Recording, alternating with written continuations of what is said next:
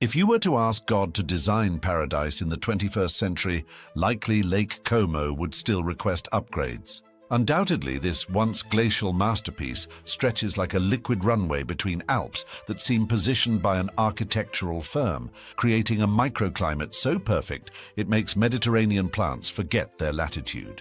Here, where billionaires whisper and villas play hard to get, every square meter above and below the waterline tells a story of impeccable taste. Therefore, in today's video, I'll give you my own private tour of the world's most beautiful corner, where even the fish have better addresses than most humans, as we take you inside Lake Como, the secret summer paradise for European billionaires. If Lake Como could whisper its secrets, the first thing it would tell you is that true luxury isn't measured in euros or dollars, it's measured in meters below sea level. And at 227 meters below the waves, this ancient glacial lake holds more secrets than a billionaire's offshore account. You see, this isn't just Italy's third largest lake, it's arguably the world's most beautiful invitation-only swimming pool, though good luck finding the sign that says so. The water stretches 146 square kilometers across a landscape so perfect, it makes the Alps look like they're trying too hard to impress. Picture a lake shaped like a Y, as if nature itself couldn't decide which view of paradise to offer, so it went ahead and carved out three. At the heart of this liquid masterpiece, where all three branches meet, sits Bellagio, though calling it just a town feels like calling a Rolls-Royce just a car. Here, the gardens don't just grow, they perform, coaxed into Mediterranean splendor by a microclimate so perfect it makes other lakes jealous. The shoreline reads like a Forbes list come to life. George Clooney, Madonna, Donatella Versace. Though the old money residents would rather we didn't mention them, darling, they've been quietly commanding these waters since Roman times, when Pliny the Younger decided that one villa simply wasn't enough to properly appreciate the view. These days, the lake's 400-meter depths hide more than just fish. They conceal a world where subtropical plants thrive in winter, where boats arrive via helicopter, and where even the morning mist seems professionally choreographed. From Como to Lecco, from Bellagio to Varenna, every villa tells a story, though the price of admission to hear it might require selling your first yacht. The Huffington Post called it the world's most beautiful lake in 2014, which might be the only time billionaires and travel writers have ever agreed on anything. But don't let the pristine waters and perfect gardens fool you. This isn't just nature showing off. This is where wealth doesn't whisper. It murmurs in perfect Italian over aperitivo at sunset. This is where villa gardens don't just border the lake, they compete with it. And this is where even the fish probably have better pedigrees than most people. The real story, however, begins centuries before infinity pools and helipad permits, when a certain ambitious Roman was about to turn lakefront property into the ancient world's hottest commodity. Long before George Clooney made waterfront property prices soar higher than his private helicopter, Lake Como was catching the eye of another rather influential Roman with expensive taste. It all began at the dawn of the first millennium BC, when the Iron Age residents decided this might be a nice spot to build something called the Commum Oppidum, though I suspect their amenities package was slightly less impressive than today's. By 196 BC, the Romans arrived, presumably took one look at the view, and decided it simply had to be theirs. The consul Claudius Marcellus defeated the Celtic Comences tribe, though I doubt they included that detail in the early property brochures. But it was Julius Caesar himself who really understood lakefront development potential.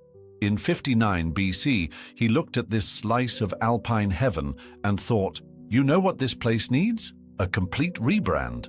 And so Novum Comum was born, carefully positioned on the lakeshore like a perfectly placed sundial in a billionaire's garden. Pliny the Younger, who might have been the world's first luxury travel influencer, couldn't stop writing about the place. In his letters, he gushed about the fishing and hunting opportunities, though one suspects he was more interested in the villa building opportunities. By the 4th century, the Romans had established such a firm grip on lakeside living that they stationed a praefectus to command their military fleet here, because nothing says summer home quite like your own naval commander. The Middle Ages brought a slight change in ambience, as the peaceful waters became a stage for military drama. The 12th century saw the Como fleet battling Milanese ships, presumably over who had the better view. Between 1525 and 1532, the Musso War raged across these waters, though these days the only wars fought here are over restaurant reservations and prime docking spots. Fast forward through the centuries, and Lake Como continued to perfect its reputation as the place to be, and more importantly, the place to be seen being. Even the climate seemed to understand the assignment. The lake's 22.5 cubic kilometers of water created a microclimate so perfect, it convinced Mediterranean plants they were on vacation in their favorite resort. The weather here plays favorites like a seasoned maitre d'. Winters are mild, averaging 7 degrees Celsius, because even the temperature knows better than to make the visitors uncomfortable. Springs and autumns hover around a pleasant 17 degrees, as if nature itself is setting the thermostat for optimal terrace dining. As impressive as the Romans' architectural achievements were, they pale in comparison to what followed. When Europe's nobility decided that having a summer home on Lake Como wasn't just a luxury, it was a necessity. And darling, necessity never looked quite this expensive. When they say real estate is about location, location, location, Lake Como responds with villa, villa, villa, though saying the word too many times might require a down payment. Let's start with Villa Carlotta, built in 1690 for the Milanese Marquis Giorgio Clerici, who apparently thought 7 hectares was a reasonable size for a garden. The villa later caught the eye of powerful banker Giovanni Battista Sommariva, who hosted the novelist Stendhal in 1818, though I suspect the guest rooms have been updated since then. In 1843, Princess Marianne of Nassau thought it would make a lovely wedding present for her daughter Carlotta, because nothing says congratulations on your nuptials quite like a lakeside mansion with its own museum of agricultural implements. Then there's Villa d'Este in Cannobio, which started life in 1568 as Cardinal Tolomeo Gallio's modest pied-à-terre. By 1816, it was hosting Caroline of Brunswick, the estranged wife of the future King George IV of England, proving that even royal drama needs a scenic backdrop. Villa del Balbianello sits on its promontory like a peacock showing off its feathers. Built in 1787 on the remains of a Franciscan monastery, it's the kind of place that makes other villas feel underdressed. Villa Melzi d'Eril in Bellagio was constructed between 1808 and 1810, commissioned by the Vice President of the Napoleonic Italian Republic. Because when you're that close to Napoleon, a simple cottage just won't do. Its park includes an orangery, a private chapel, and a Japanese garden, as if someone was playing luxury bingo and decided to check all the boxes. Villa Serbelloni now hosts the Rockefeller Foundation's Bellagio Center, spreading across 50 acres like a PhD thesis with a very expensive view. They say it sits on the site of Pliny the Younger's Villa Tragedia, though the only tragedy here is not being invited to stay. Villa Monastero in Varenna proves that even monasteries can get luxury makeovers. Transformed into an eclectic villa that makes other Nordic-style homes look like they're not really trying. Each of these villas maintains gardens that benefit from the lake's stabilizing presence, supporting subtropical and Mediterranean plants that have no business thriving this close to the Alps, but apparently didn't get the memo. The true magic happens behind these villa walls, where staff measure fork angles with protractors and maintain guest preference lists longer than most novels. While these historic villas set the stage, it's today's Lake Como that truly pushes the boundaries of luxury. Think less vintage charm and more, does your infinity pool have its own infinity pool? Because in the modern era, even perfection needs an upgrade. In case you're wondering how Lake Como's ultra-wealthy spend their summer days, they don't. they curate them. Welcome to a world where public transport means private boat services that have been shuttling the elite since 1826, when the first steamship with sails, the Lario, decided that walking was for mere mortals. These days, 3 levels of water transport exist. Regular motor ships for those who measure time in hours, hydrofoils for those who measure it in euros, and car ferries for those who can't decide which of their vehicles to bring across. The lake lifestyle comes with its own set of unwritten rules. Swimming, for instance, is generally prohibited except in designated areas, because when you're worth billions, even the water needs a proper invitation.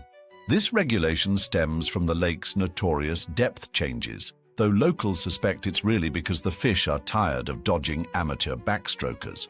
When not avoiding impromptu dips, visitors can try their hand at sailing, windsurfing, and kitesurfing, activities that somehow look more elegant when performed against a backdrop of historic villas. The true cognoscenti understand that Lake Como operates on its own schedule. Climate change has been making its presence known, with winters becoming milder and summers more dramatic. The lake's recent weather patterns have become as unpredictable as getting a last-minute dinner reservation in Bellagio, with severe storms appearing like uninvited guests at a garden party. But even Mother Nature knows better than to completely disrupt the carefully choreographed dance of Lake Como life, where every sunrise seems professionally lit and every sunset looks like it was arranged by an interior decorator. The real magic happens in those perfectly timed moments between activities, when the morning mist rises from the water like a curtain at the opera, or when the evening light turns every villa into a golden palace. For those seeking cultural validation with their vacation, UNESCO thoughtfully added the Sacro Monte di Ossuccio to its World Heritage List in 2003, because even pilgrimages should have a proper pedigree.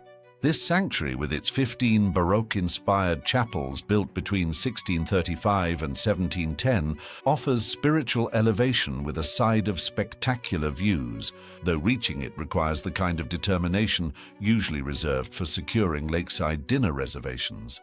Yet for all its natural splendor and carefully curated activities, the true magic of Lake Como lies not in what you can see, but in the invisible ballet of service that transforms mere luxury into an art form. And this particular performance requires quite a cast. You might think managing paradise would be simple. After all, how hard can it be when your office view includes the Alps?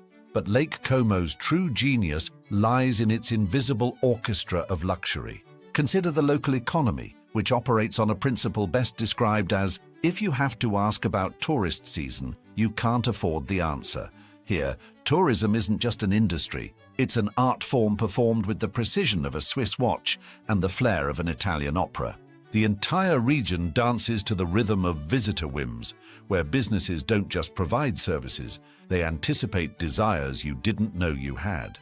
Local shops have mastered the art of making even a simple espresso feel like it requires a black card to purchase. Transportation here operates like a carefully choreographed ballet. Private jets glide into nearby airports. Helicopters buzz overhead like very expensive dragonflies, and boats cut through the water with the kind of timing that would make a symphony conductor jealous. Speaking of cultural performances, the lake hosts regular events that aren't so much scheduled as they are ordained. The Sacro Monte di Ossuccio doesn't just offer spiritual enlightenment, it offers it with 15 perfectly positioned chapels and a UNESCO World Heritage stamp of approval. Even the infrastructure bows to the requirements of luxury. Hotels employ staff whose sole purpose is to know exactly how warm you like your morning cappuccino before you've even thought about ordering it. The real proof of Como's mastery lies in how it handles its celebrity residents. Unlike other luxury destinations where paparazzi lurk behind every palm tree, here the approach to famous faces is so discreet it makes Swiss bankers look chatty. Between managing the tourist experience, maintaining historic villas, and ensuring every sunset looks Instagram-worthy, though true Como regulars would never be so gauche as to post, The lake's invisible army of luxury specialists performs daily miracles with the casual efficiency of someone ordering a custom-made Venetian glass chandelier. Perhaps that's the true secret of Lake Como. It's not just a destination, it's a performance. Every morning, as the mist rises from the water and the first boats begin their elegant dance across the lake, the show begins anew. And as you sit on your villa terrace, watching the sun paint the Alps in shades of rose gold, while a distant church bell marks time in the most melodious way possible, you might realize that Lake Como's greatest luxury isn't in its villas or its views, or even its illustrious guest list. It's in making the extraordinary feel like it's simply the natural order of things, as if this is exactly how life should be, has always been, and will always be, at least until the aperitivo hour ends. And now, I'd love to see you in the comments. Have you been to the Lake Como area before, or another luxurious part of northern Italy? I can't wait to hear your personal experiences, and thanks for joining me for another episode of Sir Luxury Travel. Ta-ta, until the next episode.